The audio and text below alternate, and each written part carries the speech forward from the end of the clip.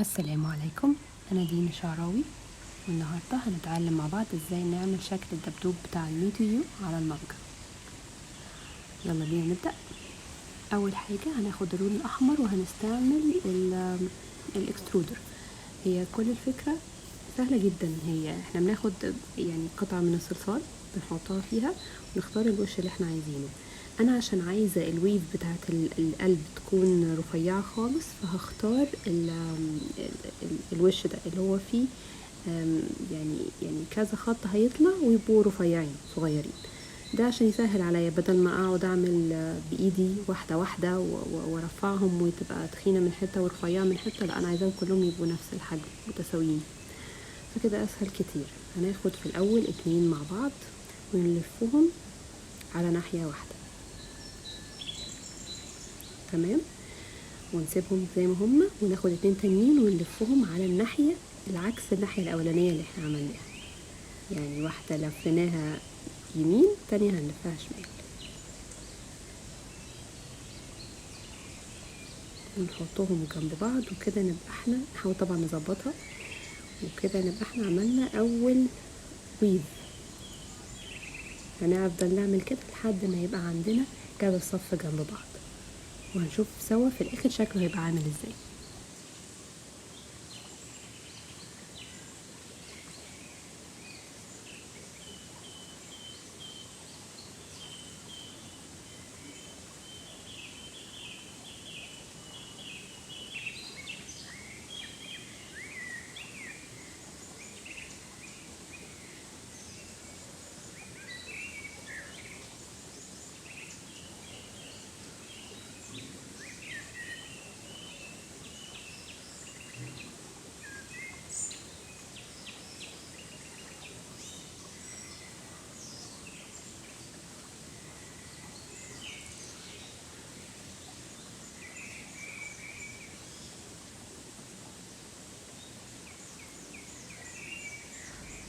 انا اختصارا للوقت قطعتها بالنص وحطيتهم جنب بعض، لان انا كده كده القلب بتاعي مش هيبقى طويل قوي، يعني حجمه كده مناسب. هعمل عليهم حبة كمان، يعني مش هحتاج كتير، وبعد كده هوريكم الشكل في النهاية بعد ما نيجي نستعمل القالب بتاع القلب نفسه. الاول هيكون عندنا اللون الاحمر هنفرده كويس، وبعدين هناخد شكل التريكو اللي احنا عملناه ونحطه عليه، وبعد كده هنجيب زي كيس بلاستيك ونقصه، وناخد القطاعة بتاعة القلب ونقطع على الكيس ده، كده هيديني شكل البومبي بتاع القلب. هوريكم مع بعض، هنشوفه مع بعض دلوقتي. سوري، هياخد شكل بومبي للقلب. انا هو ده الشكل اللي انا كنت عايزاه، ممكن تعملوه من غير الكيس مفيش مشاكل زي ما انتوا عايزين. هنعمل نفس التكنيك علشان خاطر نعمل قلبين صغيرين نحطهم جنب الدبدوب، ونحطهم على جنب. انا دلوقتي بحاول اظبطهم علشان يعني انا كنت عايزه شكل القلب يبقى اظبط من كده شويه، فهظبطهم بالقطر.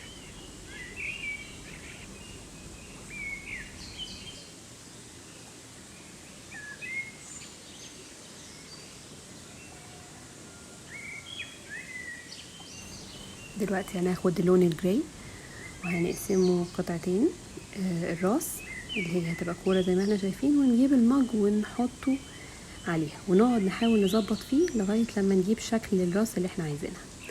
بقية اللون الجراي هناخده هنعمل منه جزئين، جزء للجسم والجزء التاني هيبقى الدراعات والرجلين.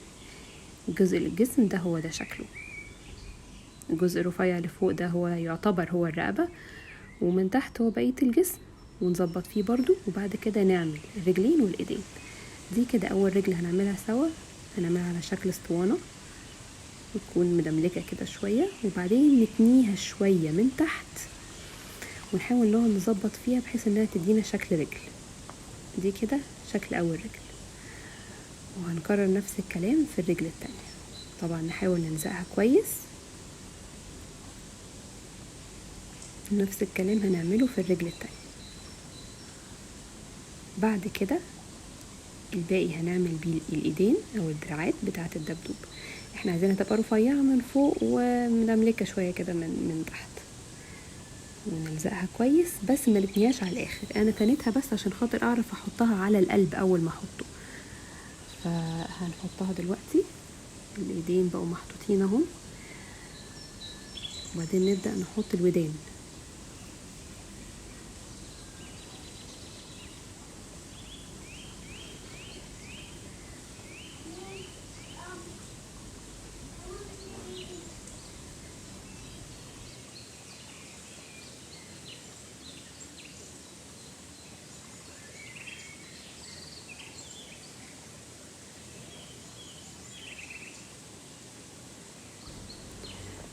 هنستعمل البول تول علشان خاطر نظبط بيها شكل الودان.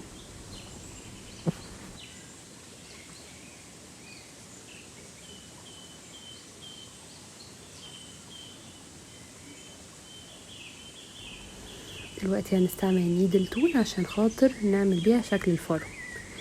انا بعمل لنفسي نيدل تول، مش بشتريها من بره، هي سهله جدا انها تتعمل، وعندي فيديو عندي على الشانل على القناه لو انتوا عايزين تعملوها برضو.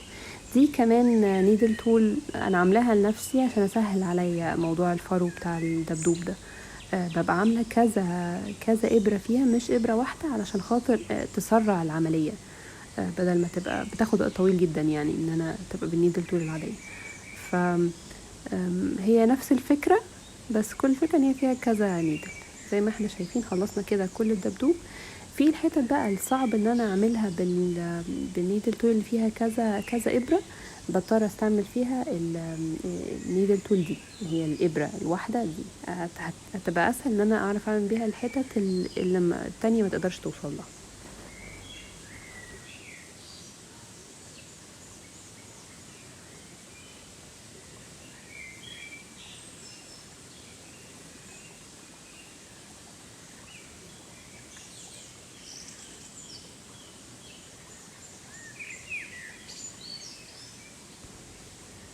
نحط بقى القلب، وبعدين نقفل عليه دراعات الدبدوب ونحاول نظبطه على مقاس الدبدوب بالظبط.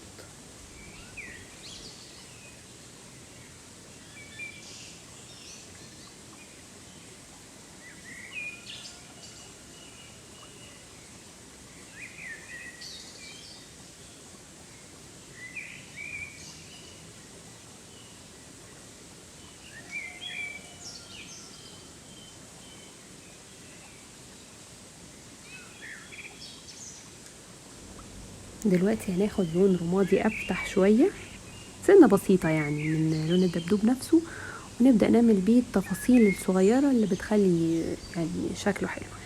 الاول هنعمل كورتين صغيرين ونحطهم على الودان بتاعه الدبدوب، بحيث دي تبقى شكل الودن من جوه. وبعدين هنحط اللي هي الباتش يعني، او ما اعرفش اسمها ايه يعني، تعتبر اسمها ايه دي يعني كأنها قطعة بتبقى متخيطة دي، يعني حاجة معروفة في الدباديب الميتيو، دايما بتبقى محطوطة كده الشكل ده دايما معمول كأنها متخيطة على الدبدوب نفسه. فمهم قوي في الدباديب دي بالذات لازم الشكل ده يكون معمول. هنحطها على الراس، وبعدين نبدأ نعمل بيها خطوط بالنيدل تول علشان خاطر ده هو هيبقى مكان الخياطة. ونبدأ في نص الراس نعمل خط من أول الراس لغاية 3/4 تقريبا، ده اللي بيقسم وش الدبدوب. ونحاول نظبط أي ديفوهات حصلت بعد الخط اللي احنا عملناه ده. دلوقتي هنجيب اللون الأبيض عشان نعمل بيه المناخير والمكان يعني اللي هو المفروض يكون البق بتاع الدبدوب ده. انا مش عارفه اشرح شكله عامل ازاي، انتوا شايفين الشكل هو ده بالظبط كده، وهيتحط في اخر الوش. مهم قوي يا جماعه الالوان الفاتحه بالذات، خصوصا اللون الابيض لازم يتنضف قبل ما نبدا نعمل فيه اي تفاصيل. انا ما جبتش وانا بنضفه، بس لازم يتنضف كويس جدا. وبالنيدل تول برضو نعمل شكل في البق من تحت. اهو انا نسيت ان انا كنت بنضفه بعدها. دلوقتي هناخد اللون الاسود ونحطه مكان الخط اللي احنا عملناه في نص الراس ده.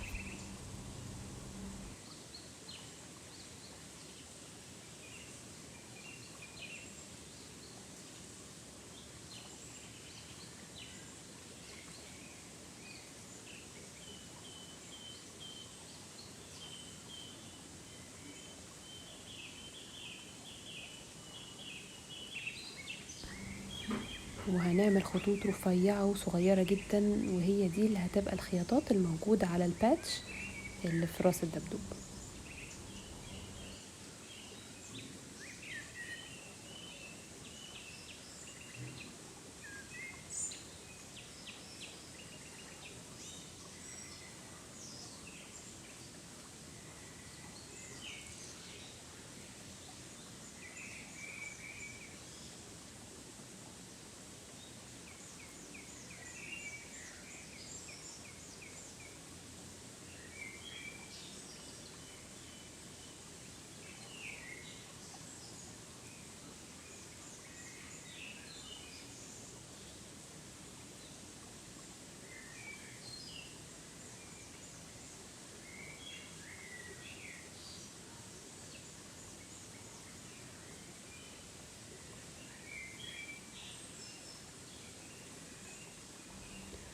ونزود شوية تفاصيل على الراس، لان هي التفاصيل دي اللي بتخلي شكل الشغل اللي احنا عاملينه حلو.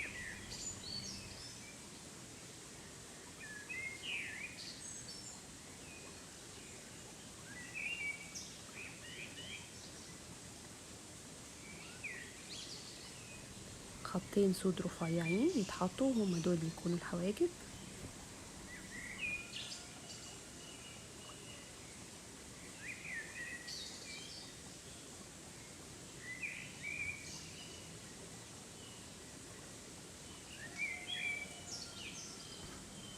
وبعد كده هنعمل كورتين سود صغيرين، وهم دول هيكونوا العينين.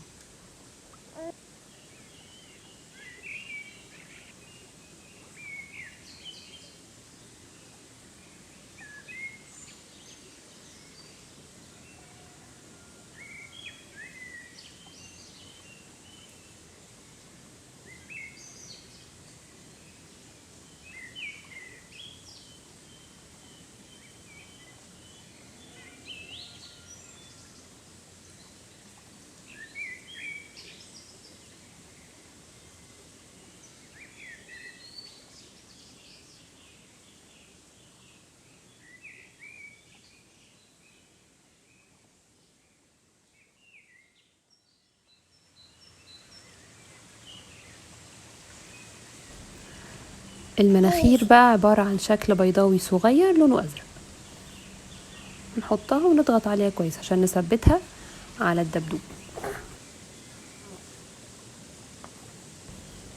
وعشان الزرار هنعمل شكل كورة وندخلها، نعمل فيها حفرة بالبول تول اللي عندنا، وبعد كده هنعمل فيها زي الخياطة اللي بتكون موجودة في أي زرار، بإن احنا بس نعمل خط لونه أحمر صغير نفس لون القلب.